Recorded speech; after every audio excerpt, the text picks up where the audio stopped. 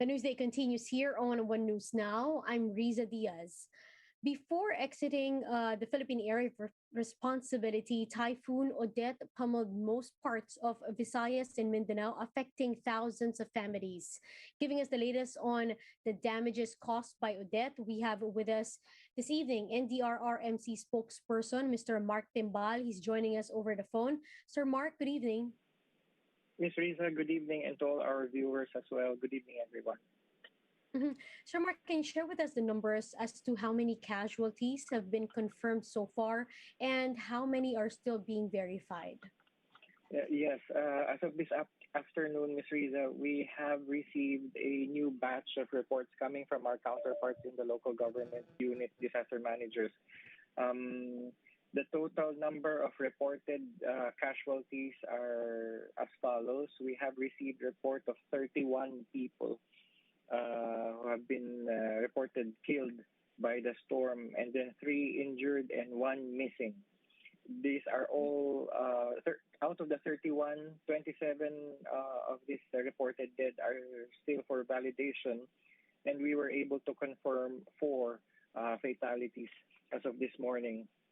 So at the NDRMC level, our confirmed casualty are 4 fatalities, but the total reported casualties are 31 dead, 3 injured, and 1 missing as of this point.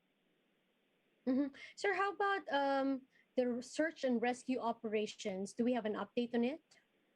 Yes, we're waiting for a confirmation on the possible termination or on the conduct of the search and rescue operations in some areas, because the weather is generally improving in the areas that the storm had passed over.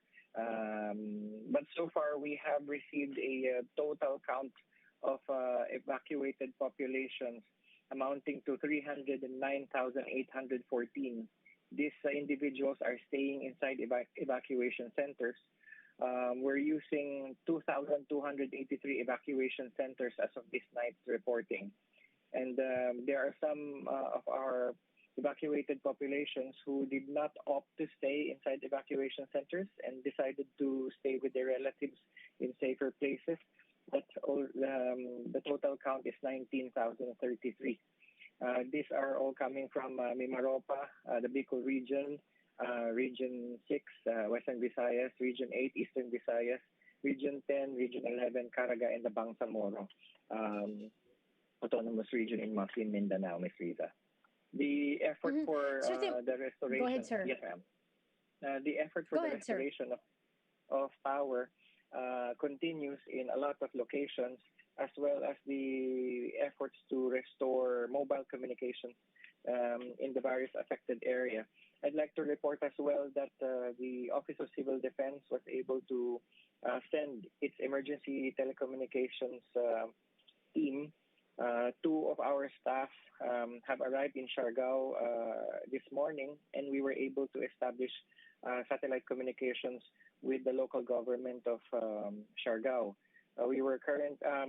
Our meeting with the Siargao officials was just concluded a few minutes ago, and we were able to see the impact of the storm in the actual location that the satellite equipment has been deployed in the airport in Siargao, the domestic airport, and we were able to discuss updates with the Siargao officials this afternoon.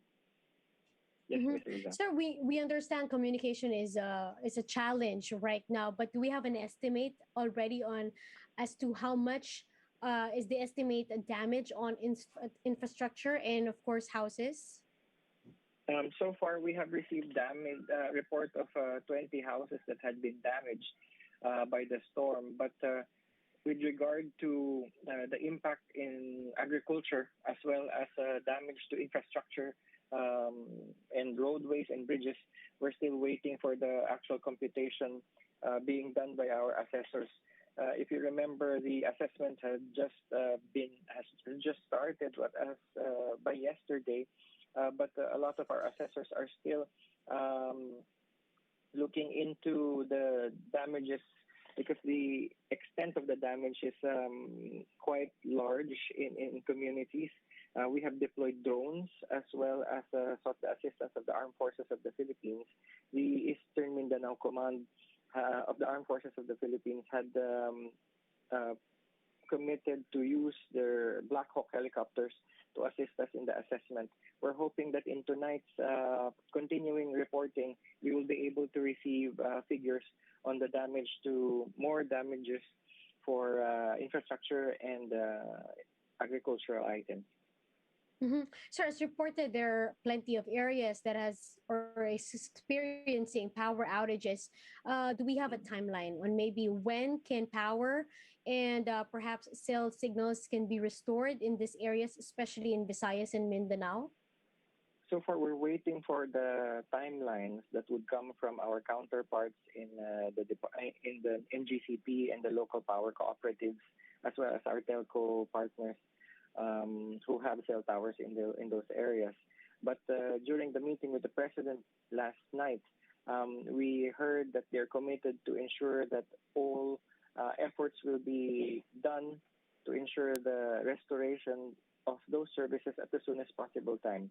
Especially, there are multiple considerations on, for example, the vaccine, the storage of the vaccines that will be deployed in the continued rollout of the vaccination program, as well as the continuing communication between the civilian population that had been affected by the storm.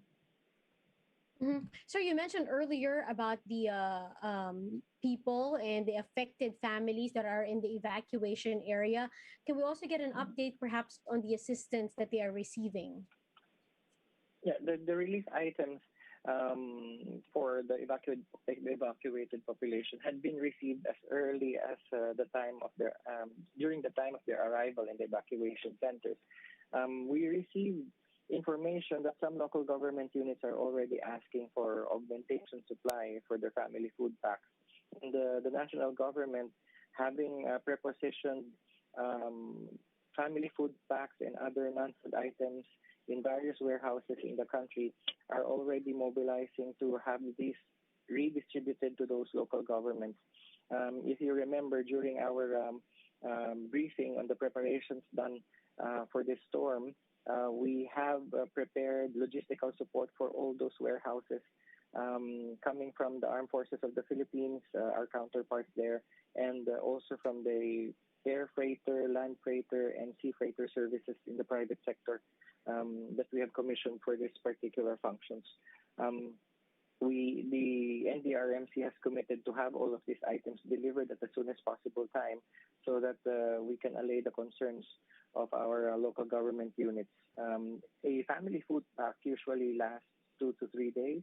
And if we look at it, we are at the second day of the evacuation activities. So by tomorrow we're hoping that there will be continued distribution of the relief items. So, Mark, before we wrap up our interview, is there any other message or update that you would like to give, especially for those who has relatives and families in the affected areas, and perhaps until now they are not able to communicate with them? Yes, the effort to restore mobile communications for the use of our civilian population continues, and we're hoping that this will be completed at the soonest possible time. But if there are concerns on the condition of our countrymen in those areas, our countrymen situated in other areas of the country can actually post their messages in the NDRMC through our Facebook account so that we can relay those items and requests to the local government units and disaster councils that have jurisdiction over those areas that we are inquiring on. The NDRMC is fully committed to provide services not only for relief and search and rescue operations, but also to ensure that all of those affected populations will be able to get back on their feet after the onslaught of Typhoon Odette. Well, thank you, Sir Mark, for sharing with us those information and those updates. That was Mr. Mark Timbal of the NDRRMC. Meanwhile, the government has shut down numerous seaports due to Typhoon Odette, leaving thousands of passengers stranded. Jason Cosico with the details. 65-year-old Mercy Cortez is among the passengers stranded at the Manila North Port Terminal. She was supposed to go to Palawan, but Typhoon Odette forced her to stay at the port for 3 days already. Kung uuwi ho kami, mas lalong malaki ho ang magagastos na naman namin. Tapos babalik na naman kami, gano'n na naman, gastos na naman. She hopes to get a ride soon, as it would be her first time to return to her hometown after more than 3 decades. Ito talaga pinaghandaan kung makauwi ako sa amin. Kaya nangyari? Ang nangyari ho, puro cancel. Kahit ngayong Pasko nga ho, sir, makasama ko lang sila. Another senior citizen, Jocelyn Prospero, who even brought her grandchildren with her, is dealing with the same situation. Gusto lang namin makauwi kami, makasakay. Stranded passengers are also worried as Palawan-bound trips on December 22 and 24 were cancelled. But travel provider Company to Go sent them a message yesterday that there will be a trip today. However, Jocelyn and Mercy are not included in the list of passengers allowed to travel. For its part, the Philippine Coast Guard has been trying to aid stranded passengers. However, communication lines remain down in Palawan, which makes it hard for them to coordinate with the local government.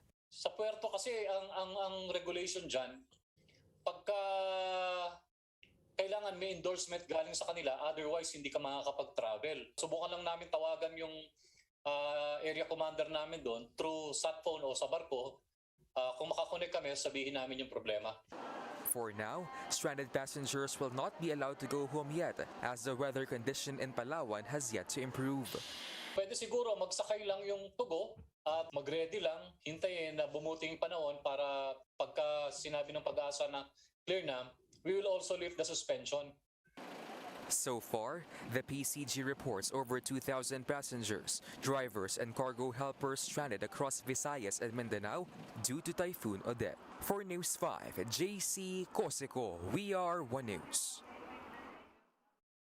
The Agriculture Department is set to announce next week whether there will be a price freeze on basic food commodities in areas hit by Typhoon Odette. In the Laging Handa briefing, Agriculture Assistant Secretary Christine Evangelista said they are already checking food prices in regions affected by the typhoon. Evangelista said they will also be looking into food supply and availability, especially as prices tend to increase following the onslaught of typhoons. The agriculture official said they have yet to consolidate the data, but will release an announcement by next week. Food security is very important. So ang lahat po ng ito ay bibigyan namin ng solusyon at karampatang sagot. This coming week, the regions are now checking the prices and availability of food is very important.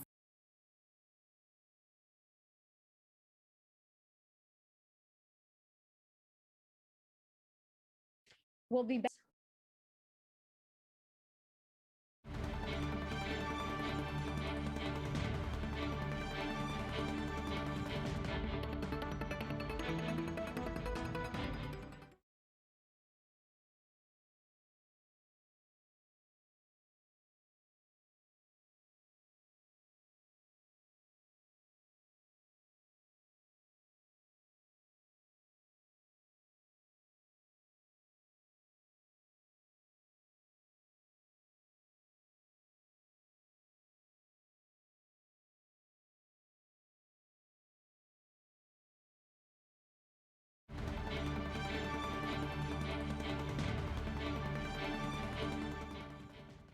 You're still watching One News Now. I'm Riza Diaz. The Health Department logs almost 300 new COVID-19 cases today.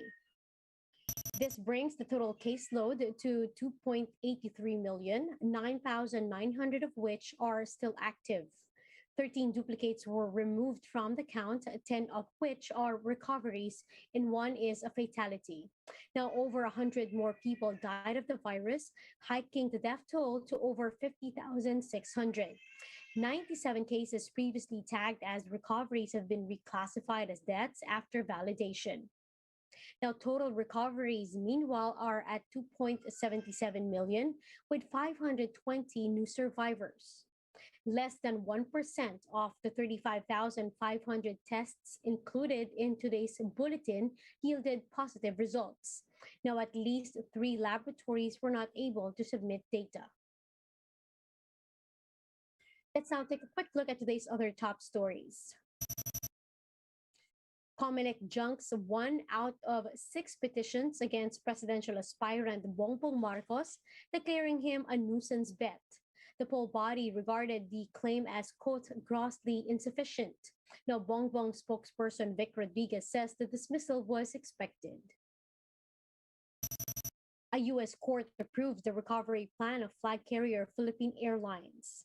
Filed in December, PAL's Chapter 11 petition includes removing of debts amounting to $2.1 billion. Recall that the airline reported a net loss of 73 billion pesos due to COVID-19's impact to its operations.